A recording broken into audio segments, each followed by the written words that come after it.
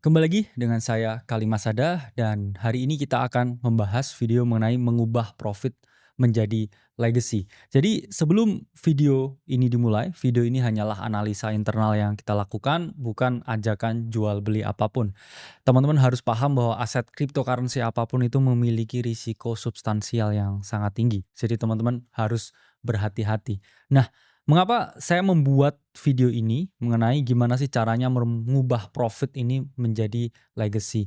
Saya tahu beberapa teman-teman di sini pasti sudah memperoleh cuan yang maksimal di bull market kali ini dan harusnya cuan itu bisa bertahan di kemudian hari. Karena percuma kalau kita bisa melakukan sesuatu tapi sifatnya itu hanya sekali.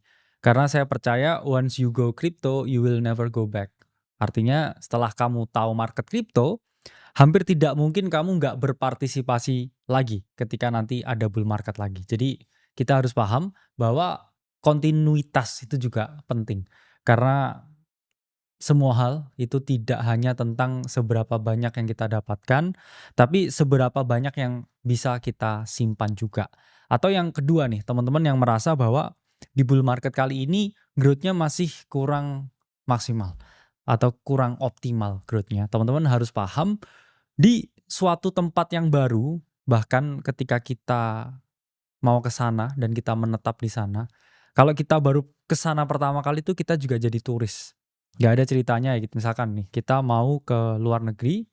Nah, sebelum kita mau menetap ke sana, kunjungan kita yang pertama, yang kedua, itu ya kita turis lah di sana. Kita nggak ngerti apa-apa. Itulah mengapa kita belajar, hingga akhirnya kita memutuskan nih, saya bisa nih stay di sini. Itu pun juga sama dengan market crypto. Karena banyak sekali orang yang di siklus pertamanya, mereka ini lebih fokus dulu untuk belajar. Sehingga nanti ketika ada siklus selanjutnya, yang mana lebih eksponensial lagi, kita diharapkan ya itu bisa memperoleh return yang lebih optimal dan juga memperoleh pertumbuhan portofolio yang lebih maksimal. Jadi sejauh ini ya saya nggak bilang nanti akan ada bear market dan lain sebagainya, tapi sejauh ini kalau sesuai dengan data historis bear market di market crypto itu ada. Entah itu di siklus ini triggernya apa, kapan terjadinya, kita hanya bisa membuat yang namanya predictive guess atau membuat suatu kerangka pikir ya dengan hipotesis bahwa ini mungkin terjadi, mungkin juga tidak. Itulah mengapa target saya pribadi di siklus kali ini di 120.000 itu sudah tercapai untuk Bitcoin. Dan itulah mengapa ada posibilitas teman-teman bahwa kelak ya market itu bisa ada yang namanya bear market kalau kita lihat data secara historis ya. Dan ini masih 50-50 takes, masih ada posibilitas ya bear market atau enggak ya dan lain sebagainya. Tapi saya membatasi diri dan ya melakukan trimming dan juga rebalancing karena saya udah beli Bitcoin ya dari range 20-an ribu dan cuannya itu udah ratusan persen. Jadi tidak ada yang namanya orang rugi ketika dia take profit atau dia rebalancing portofolionya.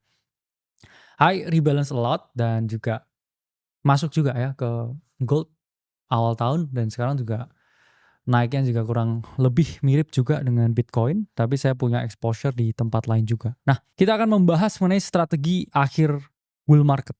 Karena sangat penting ya teman-teman melindungi profit yang dimiliki. Jangan sampai nanti menjelang akhir siklus ada narasi-narasi yang lebih hot, kemudian profit yang udah teman-teman dapat, teman-teman mau rotasikan ke sana dan naratifnya tidak terjadi. Akhirnya teman-teman justru kehilangan profit yang didapatkan. Jadi harus sangat berhati-hati kalau kita mau bangun legacy, melindungi profit kita untuk jangka panjang dan berharap nih ketika bear market ya setelah bull market kamu profit maksimal, waktu bear market kekayaan itu tidak hilang dan nanti kamu siap lagi nih ketika dia market ini mau bull market lagi. You have a dry powder, kamu punya komposisi portofolio yang siap untuk di compoundingkan. Nah, pertama menyusun strategi tahan banting saat bear market. Jadi ini strategi yang saya pribadi riset ke berbagai hedge fund crypto, berbagai aset management di crypto, berbagai venture capital di crypto. What they did ya in the last cycle bear market. Jadi saat market berbalik bearish, mereka itu bukannya 100% USDT itu enggak ya. Karena pada dasarnya mereka pun para big players Satu, mereka itu nggak bisa offload ya semua barangnya. Atau misalkan let's say Michael Saylor lah, ya, dia itu udah lock with us ya. Dalam artian dia punya supply Bitcoin ya yang sama lebih dari 3%. Jadi dia serta-merta itu nggak bisa tiba-tiba keluar nih dari market. Karena itu akan menyebabkan price impact yang luar biasa gede. So does all the smart money ya. Hedge fund crypto, kayak asset manager crypto dan lain sebagainya. AUM mereka itu gede.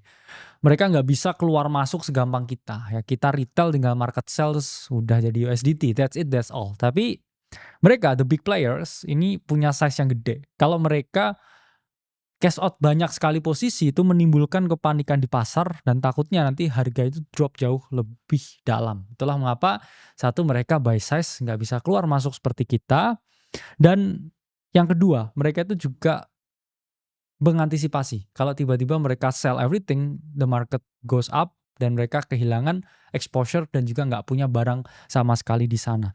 Jadi ini adalah portofolio ya tahan banting para hedge fund ketika ada bear market. Jadi 30% itu adalah di Bitcoin. Biasanya beberapa hedge fund besar ya, atau kita ngomong big asset management seperti Pantera Capital, mereka itu punya yang namanya Bitcoin Fund. Ya, jadi khusus fund untuk Bitcoin. Dan selama bear market pun alokasinya juga masih 30% ada Bitcoin. Jadi nggak dijual semuanya. Oke. Kemudian alokasi stablecoin yaitu ditingkatkan sebagai penyangga nilai. Mereka juga butuh bantalan ketika nanti marketnya itu mau bottom lagi ya. Jadi mereka bisa serok di harga yang lebih bawah. Dan terakhir alokasi altcoin yang lain. Karena kalau kita tahu banyak sekali hedge fund besar yang justru akumulasi Solana ketika bear market justru ya. Kalau kita ngomong banyak sekali ya, contohnya Multicoin Capital, mereka juga tetap hold Solana bahkan waktu bear market ya. Jadi memang terdengar sangat beresiko, tapi beberapa smart money, big players itu mereka juga akumulasi beberapa altcoin yang fundamentalnya itu sangat bagus. Let's say ada a very good ya infrastructure yang mana koinnya ini ke dilusi sampai 90% value-nya karena bear market, itu beberapa contrarian thinker merasa bahwa masih waktu yang oke ya untuk akumulasi selama bear market kalau dia punya tesis bahwa koin ini masih bisa survive in the next bull market. Tapi chancesnya koin-koin tersebut bisa ya itu kurang dari 1%. Jadi 99% koin itu akan went bust ketika bear market dan mereka nggak akan bisa kembali lagi ke titik all time high-nya. Jadi teman-teman harus sangat hati-hati dengan alokasi yang namanya altcoin ketika bear market ini. Nah, selanjutnya ketika market ini memasuki fase bearish ya, pertama juga teman-teman harus meningkatkan yang namanya alokasi stablecoin. Saya pun juga membagi stablecoin saya nggak hanya ke USDT tapi juga USDC.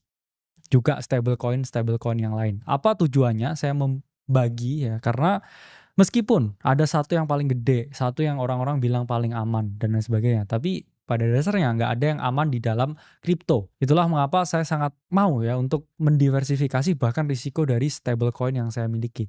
Saya membeli ya beberapa stablecoin.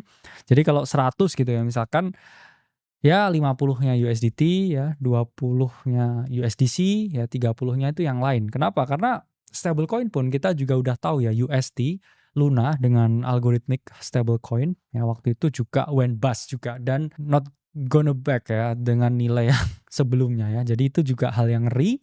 Dua, alokasi ya aset-aset yang memiliki fundamental yang oke. Kalau kamu misalkan mau bear market masih punya tesis yang kuat terhadap Bitcoin or Ethereum, itu pun juga tetap bisa kamu akumulasi dan juga kamu tahan. Dan alokasi altcoin yang lainnya ya, menurut saya mending dikurangi ya, kamu nggak harus jual semuanya, tapi kamu bisa menerapkan yang namanya moonback strategy dan juga mengurangi exposure yang terlalu berlebihan. Lalu apa strategi tetap dapat keuntungan nanti ketika terjadi yang namanya bear market? Pertama ya kalau kita ngomong banyak aset ini yang turun ketika bear market karena Bitcoin pun di siklus sebelumnya itu turun 74-77% waktu bear market. Jadi kita juga harus hati-hati. Karena apa? Karena aset altcoin yang lain juga mengalami penurunan yang jauh lebih parah. Dan selanjutnya banyak orang yang punya mindset tidak peduli bahkan dengan bear marketnya Bitcoin.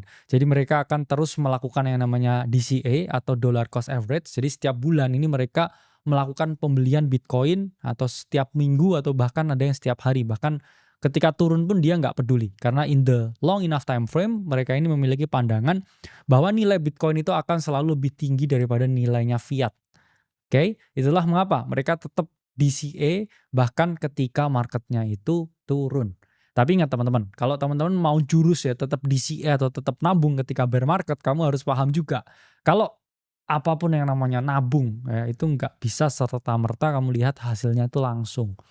Jadi kamu harus sabar. Jangan nanti kamu, oke lah saya ikut cara ini, saya DCA Bitcoin bahkan ketika bear market, tapi ketika turun kamu tiap hari lihat saldonya nggak naik-naik, terus kamu frustasi, kamu kesel, terus akhirnya kamu jual semuanya ya.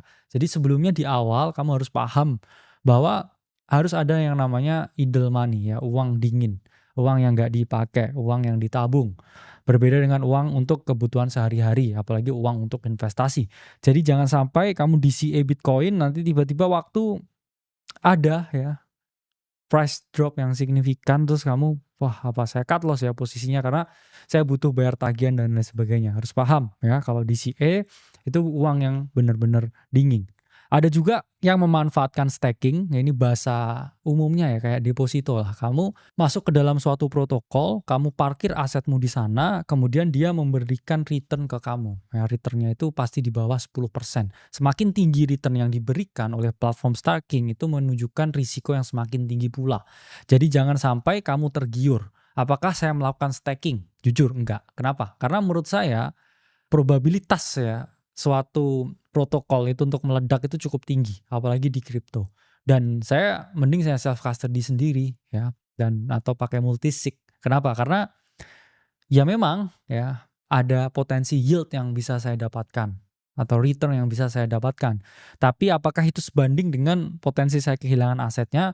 Jawabannya menurut saya pribadi cukup beresiko. Sehingga saya pribadi bahkan ketika bear market ya, apalagi ketika bear market.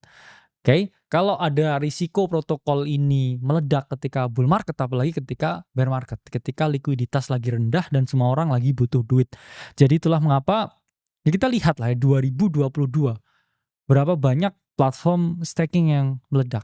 Oke, itulah mengapa waktu bear market harus tetap diwaspadai teman-teman staking ini di mana. Selanjutnya teman-teman bisa ya utilize DeFi. Karena banyak sekali ya aset-aset yang tetap produktif bahkan ketika bear market.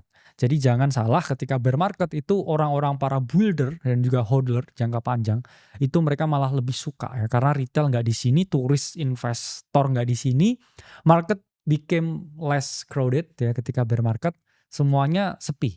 Ya, dan ketika sepi itu banyak orang yang inovatif ini membangun berbagai platform-platform yang juga bisa kita manfaatkan. Jadi quiet sometime waktu bear market dan nggak seramai ini ya. Kalau sekarang teman-teman anggap ini sepi, nanti bear market itu akan jauh lebih sepi lagi. Selanjutnya ada strategi arbitrase di mana ada perbedaan.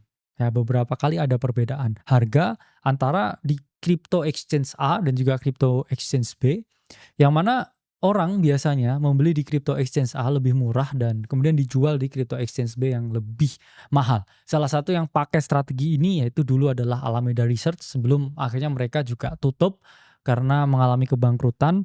Dan yang modern ini juga Wintermute memang mereka ini juga merupakan market making ya. Market making salah satu yang terbesar juga. Tapi mereka juga melakukan arbitrage trading strategi. Jadi kalau mereka yang pakai itu sistemnya udah algo ya, nggak kayak kita lihat CoinGecko terus kita scroll ada beda harga nih ya. Kalau kamu begitu terus kamu kemakan DV dan itu terlalu mahal. Jadi mereka punya suatu sistem ya yang sifatnya algoritmik, melihat data secara on-chain dan akhirnya mereka melakukan yang namanya eksekusi dengan arbitrase. Dan ya selanjutnya ada juga sekte ya yang akumulasi ketika diskon. Banyak juga yang berharap bear market terjadi supaya apa? Nanti kalau ada diskon, ada penurunan, mereka bisa beli di harga yang lebih murah. Jadi kalau beli di harga lebih murah, mereka ini kan dapat barang lebih banyak. Dan nanti kalau dia mengalami apresiasi yang lebih signifikan, dia akan memperoleh keuntungan yang jauh lebih besar pula. Oke? Jadi harga turun waktu bear market itu bisa jadi peluang untuk kita memperoleh entry yang lebih bagus ya. Kalau misalkan kita punya tesis at some point Bitcoin itu akan ke $1 juta. Mungkin tidak sekarang, oke? Mungkin tidak tahun ini, pasti tidak tahun ini ya. Tapi at some point it will come. kalau kamu punya tesis itu, ya, kamu bisa manfaatkan depresiasi harga sementara untuk memperoleh yang namanya keuntungan jangka panjang, oke? Dan 3, strategi mengunci profit menjelang akhir cycle ini gimana? Kalau saya udah profit 3 tahun ini 5 kali, 3 kali, what should I do? Caranya gimana? Menjelang akhir bull market. Market itu sangat euforia ya. Sekarang saya belum melihat euforianya. Memang sempat euforia sedikit kemarin tapi belum ya. Banyak indikator yang mengatakan kalau ini memang belum top ya, tapi nobody knows. Kenapa? Karena kita udah mendekati juga ya 518 hari setelah halving. Jadi harus hati-hati. Pertama, apa ya yang bisa kita lakukan kalau kita mau spotting the top, even though spotting the top is very very very hard, dan ya apalagi kita kalau terjebak dalam euforia, itu banyak indikator yang bisa teman-teman lihat. Oscillator ya, RSI, MACD, kemudian stokastik ya, stock RSI. Bisa kamu lihat di time frame yang besar ya, seperti monthly time frame, weekly time frame. Kamu lihat apakah ada bearish divergence atau tidak. Oke, kemudian kamu lihat indikator on-chain yang lain. Oke, pull multiple kamu bisa lihat, MVRV kamu bisa lihat juga ya. Kemudian fear and greed, karena biasanya puncak market crypto itu keadaannya pasti ya, pasti adalah extreme greed. Dan selanjutnya ketika kamu udah mengidentifikasi hal tersebut, kamu bisa melakukan yang namanya take profit secara bertahap. Mungkin bisa di moonback, dijual dulu 50% setelah dia naik 100%. Atau misalkan kamu jual di angka psikologis 10%, 20%, atau 30%. Oke. Dan ketiga, kamu bisa konversi itu ke aset yang lebih stabil ya, USDT atau USDC. Boleh juga nih dari fiat, oke, kamu jadiin Bitcoin, kamu udah cuan, kamu jual ke USDT, USDT-nya kamu jadikan fiat, kamu balikin ke bank, itu juga boleh ya. Karena itu baru the real take profit ya, kalau itu udah masuk ke rekening kamu pribadi. Selanjutnya ya atur ulang portofolionya, misalkan oke lah saya mau hold 30% sisa Bitcoin saya menjelang bear market, itu juga langkah yang bijak juga ya. Saya nggak mau jual semuanya, takut nanti kalau naik lagi gimana, oke lah saya jual 30% saya sisain di market, dan saya pengen lihat kira-kira gimana performanya ketika bear market. Jadi selalu pahami ya, euforia itu adalah fase sesaat yang terjadi di market ketika semua orang berpikir harganya itu akan terus naik, dan di situ tidak ada orang yang berpikir tentang oke ini waktunya take profit, ini waktunya saya realisasikan keuntungannya. Sedikit sekali yang punya mindset seperti itu, hingga akhirnya mereka rich on paper, mereka kaya selama bull market, dan itu gak balik semuanya ya, profitnya itu hilang semuanya. Nah, apa langkah-langkah big fund saat bear market terjadi ya? Smart money melakukan banyak riset teman-teman ya. Investor institusional, whales besar itu mereka itu cenderung ya melakukan banyak sekali ya, multi strategi ketika bear market itu terjadi ya. Pertama, dia rotasi ke aset yang lebih aman, stable coin. Kedua, kalau mereka mau akumulasi, mereka itu akumulasi Bitcoin dan Ethereum. Mengapa? Karena mereka itu percaya bahwa nanti kalau ada bull market lagi, yang pasti gerak duluan itu adalah Bitcoin ya, dan juga Ethereum. Kenapa? Yang lain itu belum tentu gerak karena pasti udah terganti dengan narasi yang lain. Sementara Bitcoin kalau ada bull market lagi dia pasti gerak. Dan ketiga ya, mereka ini meskipun ya adalah fund crypto, mereka juga diversifikasi ke aset tradisional. Mereka juga beli ya obligasi. Ini fund crypto ya, beli obligasi, beli reksadana, bahkan beli emas dan juga saham ketika bear market terjadi. Karena mereka kan juga lihat opportunity nih. Oke, lebih menarik kalau kita udah cuan selama bull market, bear market jangan hilang lah ya. Oke, kita beliin obligasi. Itu hal yang wajar. Jadi nggak ada funds crypto itu yang berpikir oke saya crypto ya, full time crypto, semua harus crypto, enggak ya.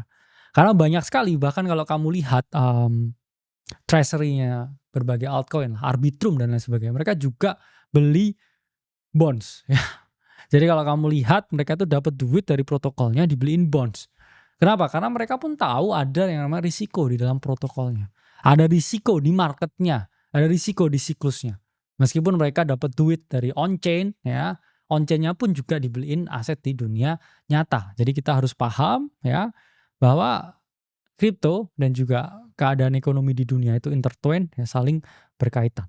Atau mereka juga melihat ya investasi sektor baru, mereka lihat AI, mereka lihat kuantum, dan mungkin mereka juga memiliki ya exposure ke sana. Ada juga ya yang melakukan hedge dengan short selling di derivative market. Tapi ingat kalau teman-teman melakukan short selling itu ada yang namanya risiko likuidasi, karena upside itu tak terbatas, sementara downside itu maksimal hanya 99%. Jadi potensinya memang lebih asimetrik ya untuk orang membeli dalam jangka panjang aja, oke? Dan hal yang saya tahu ya investor institusi dan juga para whale itu nggak kayak retail. Kenapa? Karena retail itu selalu terjebak dalam suatu ide ya. Kalau mereka full time crypto, fokus crypto, mereka nggak mau lihat potensi di aset yang lain. Padahal investor besar itu selalu melihat peluang ke aset yang lain ketika kripto itu tidak memiliki return yang mereka harapkan. Jadi dalam dunia kita itu harus fleksibel. Kamu melakukan perubahan atau kamu akan ditinggalkan. Oke? Dan terakhir, gimana caranya mengubah keuntungan ini jadi legacy jangka panjang? Pertama ya investasikan ke aset real. Saya banyak sekali ya dapat omongan dari orang di komunitas dan lain sebagainya. Saya udah cuan ya dari 100 juta jadi 800 juta. Saya mau nunggu se-M dulu ya. Padahal udah cukup nih duitnya buat beli rumah, udah set hidup yang oke dan lain sebagainya, tapi dia masih ngejar 1M. Jadi saran saya coba investasikan ke aset yang lebih real, aset yang lebih nyata, aset yang oke, ternyata kerja keras saya selama 3 tahun ini menghasilkan rumah ya. Itu harus teman-teman pikirkan. 2, mungkin gunakan profit ya untuk keluarga atau untuk pendidikan. Contohnya apa? Ya kamu bisa traktir keluarga, lunasin hutang keluarga, berbakti ke orang tua, atau misalkan masih muda, masih single, umur 21, 22 ya, profit udah 1M, 2M, mungkin mikir, oke lah saya mau kuliah ke UK dan lain sebagainya dengan profit yang saya miliki, atau saya mau kuliah blockchain di luar negeri, it's a very good thing. Dan kemudian ya kalau banyak banget ya kamu cuannya ratusan M ya bisa bikin trust fund dan juga mengatur ya instrumen warisan untuk generasi selanjutnya. Kamu juga bisa ya utilize di dalam on-chain banyak sekali opportunity ya dari platform DeFi dan lain sebagainya. Nah, selanjutnya siapkan strategi untuk siklus berikutnya. Karena setiap siklus itu selalu memiliki cara main yang berbeda dan itu pasti akan terjadi di siklus selanjutnya ya. Siklus selanjutnya cara mainnya itu juga pasti akan lebih berbeda. Jadi kamu harus paham ya, ubah profit sekarang untuk jangka panjang. Jadi kesimpulannya apa di sini? Pertama, buat portofolio yang tahan banting. Oke, stable coin lebih gede ketika bear market. Ada exposure ke Bitcoin. Ya, fokus ke aset altcoin yang oke, yang mau kamu akumulasi untuk jangka-jangka yang sangat panjang. Contohnya Ethereum, ada juga layer one lain yang menarik. Oke. 2, tetap produktif ketika bear market, jangan kabur dari market, tetap lihat market tiap hari, tetap ketemu ya orang-orang, tetap connect dengan komunitas, tetap juga ya kita ketika bear market belajar, kita riset dan juga kita melakukan pendalaman ilmu. Oke. Kemudian ketiga, kunci profit di akhir siklus ya, lebih baik take profit daripada hanya take picture. Dan selanjutnya pelajari langkah-langkah big funds ya. Mereka itu waktu bear market defensif, setelah bull market mereka dapat cuan banyak. Setelah itu mereka juga rotasiin asetnya ke aset yang lebih nyata, bahkan ke aset traditional finance. Itu juga bisa teman-teman lihat juga. Dan terakhir ya profit jadiin legacy yang nyata, jadiin suatu aset ya yang real, aset yang bisa kamu nikmati hingga akhirnya ya keluargamu bisa lihat kamu dengan lebih bangga. Saya Kali Masada, sampai jumpa di video selanjutnya.